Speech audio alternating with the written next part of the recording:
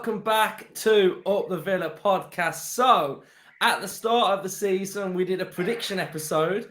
We all predicted a lot of things, and we've all predicted a lot of things horribly wrong. So, what did we predict? We predicted top 4, top 7, bottom 3, who'd win the FA Cup, who'd win the League Cup, who was going to be Villa's player of the season, who was going to be Villa young player of the season, top goal scorer, top assist, and who would be sacked first. So we're going to react to our predictions, but your eyes aren't lying. I am wearing a football shirt that's not Aston Villa. Now, there's not many shirts that I would wear that aren't Aston Villa, and this is Against the Odds Awareness Club football shirt, sponsored by Luke Roper. It's a sub-brand to the Against the Odds. It's a awareness brand for 16 to 24-year-olds on the impact of betting and gambling. So love the shirt and shout out to our sponsor Against the Odds. So how are we all? Very good. Very well. Embarrassed about this one. Right, so let's get straight into it then. And we'll start with, where should we start? We'll start with the top 4 then. So I would imagine we all predicted the first place to be one team. So I'll kick it off then. So my top 4 predictions this season were City, Spurs, oh God, Liverpool and Arsenal. There's no clown music today because I had a shocker. So that was my top 4. And yeah, I only got 2 out of the 4 that finished in the top 4. So wasn't great predictions from myself. So we'll go to you, Hannah. What was your top 4? I think we all pretty much went for the same 4 in various combinations. I also had Man City to win. So that's slightly redeeming. But then I did have Liverpool in second, Spurs in third, and then Arsenal 4. So it all goes downhill after that first place fight. It's just, I think we all had high hopes for Spurs this season, and looking back now, I don't know why. I think we were kind of looking at Antonio Conte as like the second coming of Christ or something, but it just obviously didn't work out that way, and they had an absolute stinker. But for me, that's probably one of the worst predictions I made. The Spurs one, the Liverpool, you kind of understood why we put them high up, but the Spurs one, oh God, it's gonna haunt me. What I would say, shout out to us too, because we did predict Chelsea to finish outside the top 4. So I think that needs a little bit of credit. Justin, what did you go with? I had a shocker. Apart from City, I had City to win the league. God, it's embarrassing, isn't it? Liverpool second, Spurs third, and Chelsea 4th. So absolute howler there. I don't think any of us. Well, having said that, I don't think any of us, and this is going to sound stupid, could have predicted the absolute shockers that Chelsea, Liverpool, and Spurs had. I think it was a season where we thought for the first time in a long time we saw disruption to that top 6 bubble, didn't we? I mean, Leicester winning the league was a bit of an anomaly, but this season truly has kind of shifted our perspective on. I suppose when we do next season's predictions, we'll be a bit less naive. Yeah. Yeah, and I think like you're saying, we did sense the disruption, but we didn't sense it to the extreme level that it did go to. So, Ryan, what did you go with? I have done 0 homework. I haven't revisited my predictions. I think I went City, Arsenal, United, Newcastle. I think they were the 4. No way did you put Newcastle for me. He's making that up. Come on. Ryan, you can be a spectator then. So, right, let's go then. We'll go now 5th to 7th, what we went with. So, right, I went with Chelsea, just a shocker. United, absolute shocker. Aston Villa in 7th, have some of that. So faith from myself was literally there all along. We got 7th, absolutely love it. Justin? Yeah, I had Arsenal just outside the top four. United, who I thought would have an half-decent season, in sixth. And then I also, surprise, predicted Villa to be seventh. That Love it. was So a I'm worldy pleased with that. prediction in hindsight. Worldy. Yeah, I don't know how we got there because the start we had, but I think I backed our players at the start of the season, and fair play to them, they came good. But yeah, mainly down to the supreme Emery that I got that one right. Well, yeah. Yeah. If you look, if we went back to like start of November, it was looking rocky. And at the time, I think I said like I thought you guys were just blinded by optimism. Because I didn't have Villa in the top seven. I had Chelsea, United, and West Ham. But I must say, looking back, I did caveat that I thought West Ham was a bit iffy because they could be impacted by the European games. So I wasn't completely oblivious, but clearly they fell off. I thought David Moyes would do a better job than he has, but I should have backed the same as you guys. I should have had the optimism, but next year I'm going big. That's all I'll say.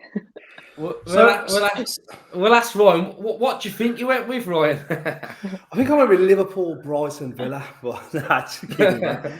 I know. I had Aston Villa in 8th place, so not too far off with that prediction. So listening to our predictions there, no one's had Newcastle and no one's had Brighton. So them two are the surprise package of the season, really.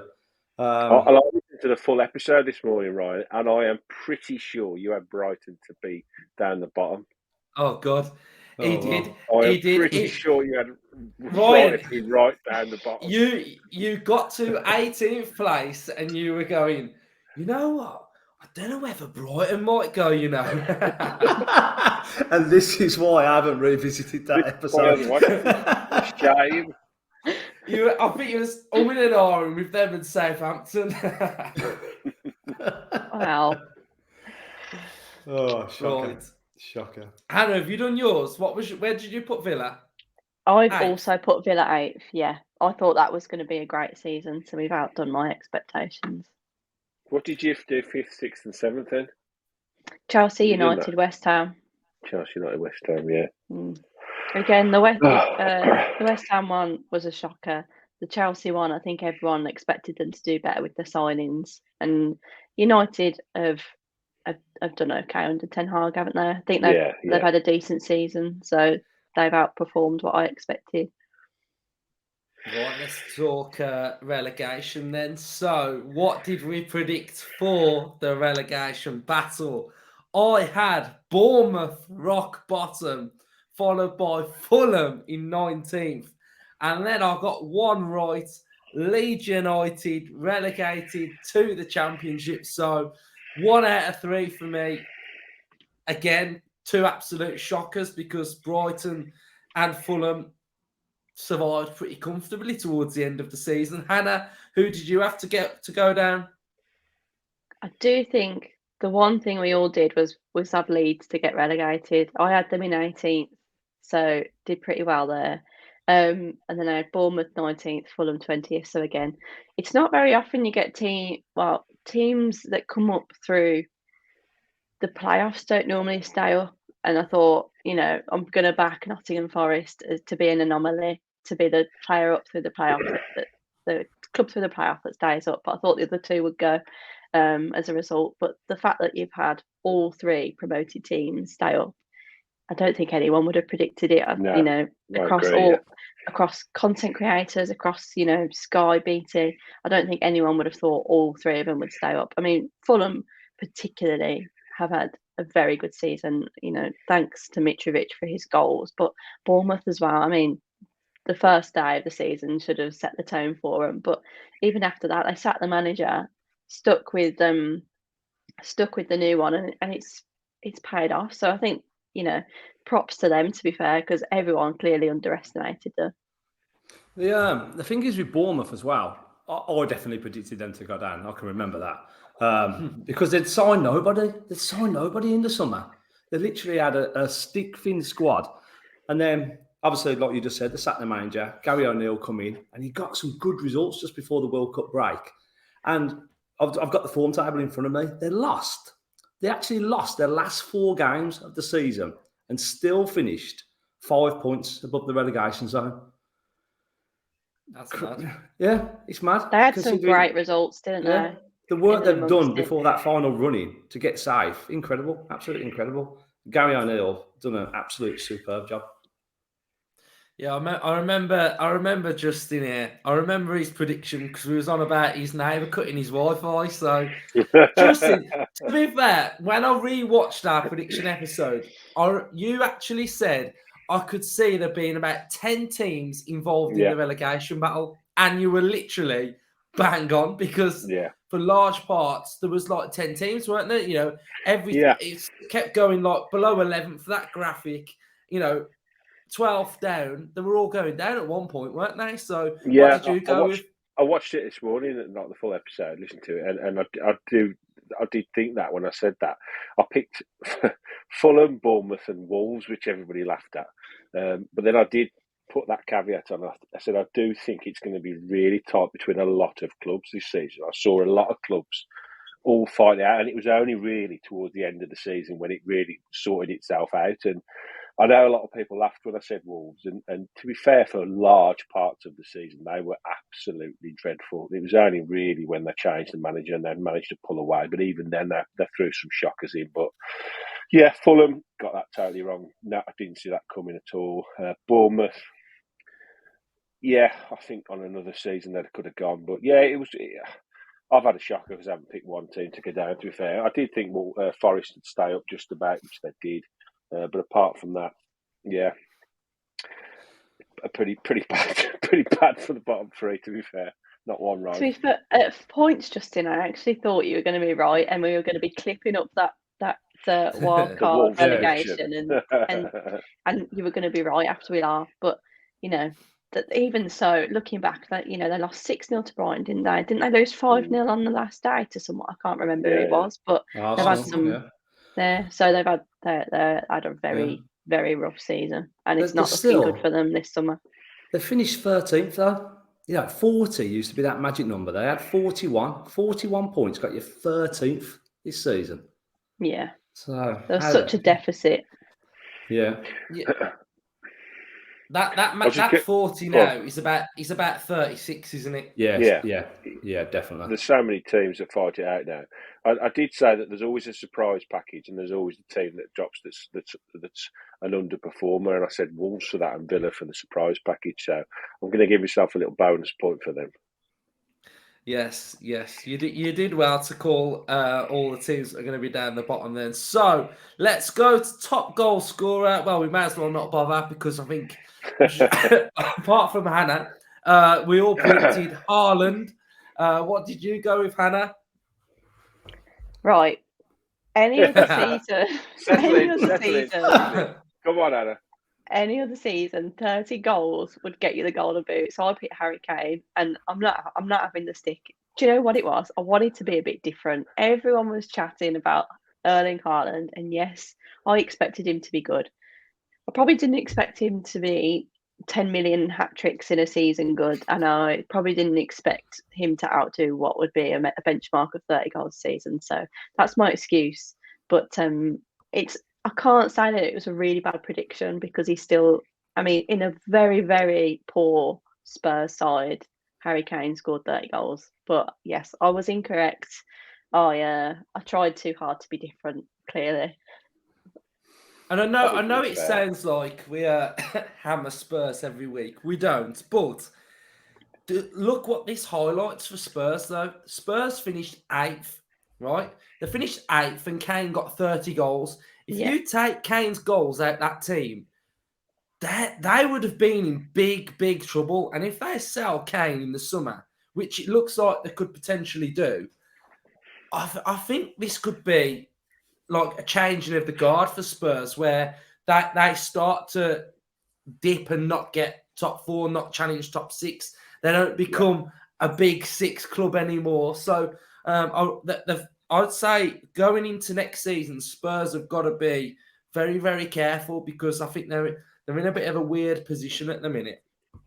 And I think he's creating a lot of his own goals. I'm just looking at the assists because you see a striker finish on 30 goals, you're expecting to see a lot of contributions off your teammates. You know, De Bruyne are there, 16 assists, Riyad Mahrez, 10 assists. But Tottenham, no one. You're looking at 20th place, Perisic, eight assists. So, you know, he's creating a lot of his own goals. He does score a lot of penalties as well. But for 30 goals and not really have that creative spark supplying the supply line as well, he's done superb to reach that tally of goals this season in that team.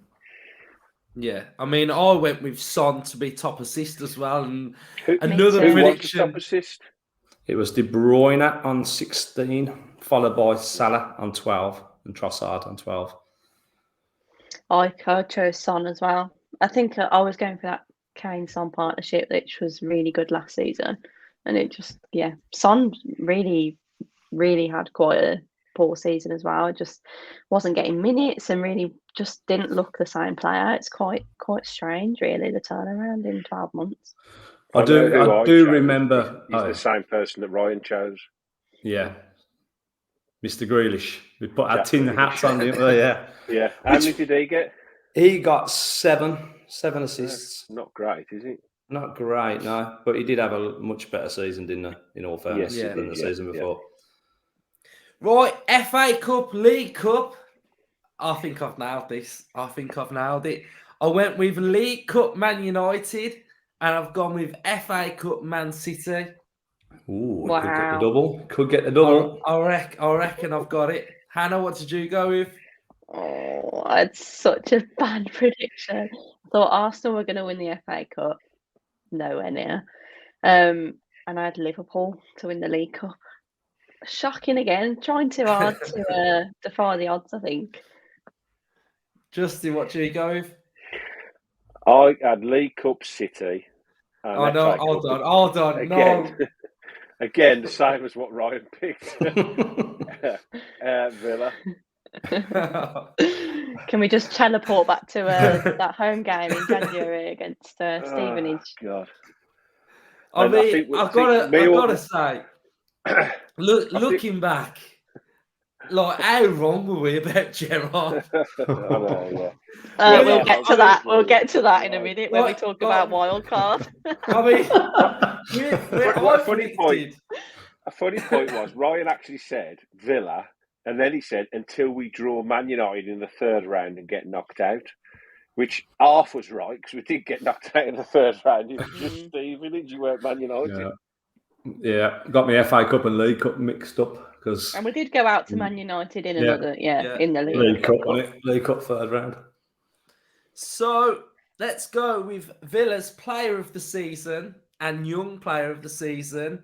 Now, shocker here. This one was me terrible. and Luke agreed on this. This was terrible. I mean, we did sort of envisage this player in a Gerrard system. I went with Player of the Season, Luca Dean. Me too. And Young Player of the Season, Ramsey. So got it one right, but I guess you can't get the young one wrong, can you really? But well, I did. Luke, I did as well. Oh God, who did you go with? I put Archer. He didn't even flip him play for Aston Villa this season. Oh God. Does that sound for you, Justin? No, I went for someone even worse. I went for Player of the Season, Buendia. Yeah. Hold on a minute. Kane Kessler-Hayden. You said and Justin said something else about Kane Kessler-Hayden. I did, yeah. We'll come on to that one. Yeah, Kane Kessler. Why? I think going on Hannah's. I thought Kane was going to be the second coming of Christ, a bit like the I don't know, absolute shocker. He's gone backwards this season, hasn't he? He's gone in reverse. Well, to be fair, at the point of recording, we didn't really know who was going to be at the club in terms of like the youth players, because after that they were all shipped out on loan. So for me, I was hoping that we were going to get Archer all season and he was going to get some minutes, but clearly that didn't happen. Although he did have a very good season for Middlesbrough, so I wasn't completely wrong. Just wasn't their young player. Did you get a young player for them? You could probably call a point for that. Championship Young Player of the Season. Yeah, there you go, H. There you go. So Justin came up with a cool concept to have a wild We just gloss card over of the this one. season. We just gloss right? over this one. So Justin decided wild card, it can be something random that's going to happen in that season. I partially got mine right, but then got it horribly wrong at the same time. I predicted that Aston Villa would lose the League Cup final to Man United. So you got So half right. So we did lose to Man United in the League Cup, but it wasn't in the final. No. So we know that Justin's had a shocker. So let's hear it, Justin. What was your wild card prediction of the season? I'm going to lose all credibility now. All credibility is going. I said by the end of the season, Oh, God. Kane Kessler-Hayden would be first choice right back for Villa. We need that clown music, Lou.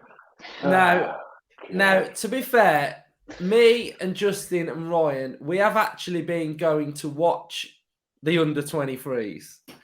And I would say, without sounding very, very harsh, that he is miles off it.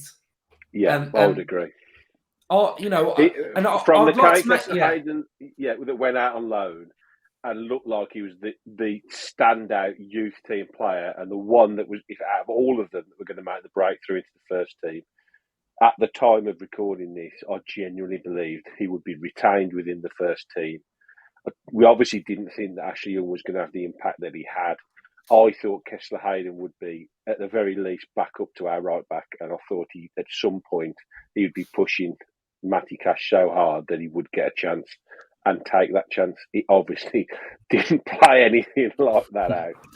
But I will say, Hannah's going to give us hers, and she absolutely nailed this wild card because I listened to it this morning and I'd forgotten what she said. Let's go then, Hannah. And it was genius. So I'll give her a big up for that. Well, at the time, I think my words were, I don't really know what a wild card is, so I'm thinking on the spot. And clearly, when I think on the spot, it's far better than when I actually have thought out opinions. So I said, we will sell an influential player in the January transfer window, and then we sold Danny Ings. By influential, I meant a significant player. Like at the time, you know, it was the side of Danny Ings that I think triggered a lot of panic in the fan base because we're like, we ain't got a striker, we've only got Ollie Watkins. You know, I was kind of in that boat. I was a little bit worried just in case Watkins got injured, but we sold Danny Ings. And at that point, predicting that, we had Steven Gerrard, and I didn't expect it to be Danny Ings because he quite liked forcing the Ollie Watkins and Danny Ings partnership, didn't he? So it was a flash of genius. What can I say? Ryan, credit where credit's due. Ryan, and talking of flash of genius, Ryan, if you've got yours, I can tell you what yours was if you want to know. This is the reason why I did no research and looked back at my predictions because you knew what was coming. I knew what was coming, so I'm sort of wrapping up. I'm going to close my Twitter account. Anyone want to buy this nice number here? I'm just going to sell all my shirts. The game's up.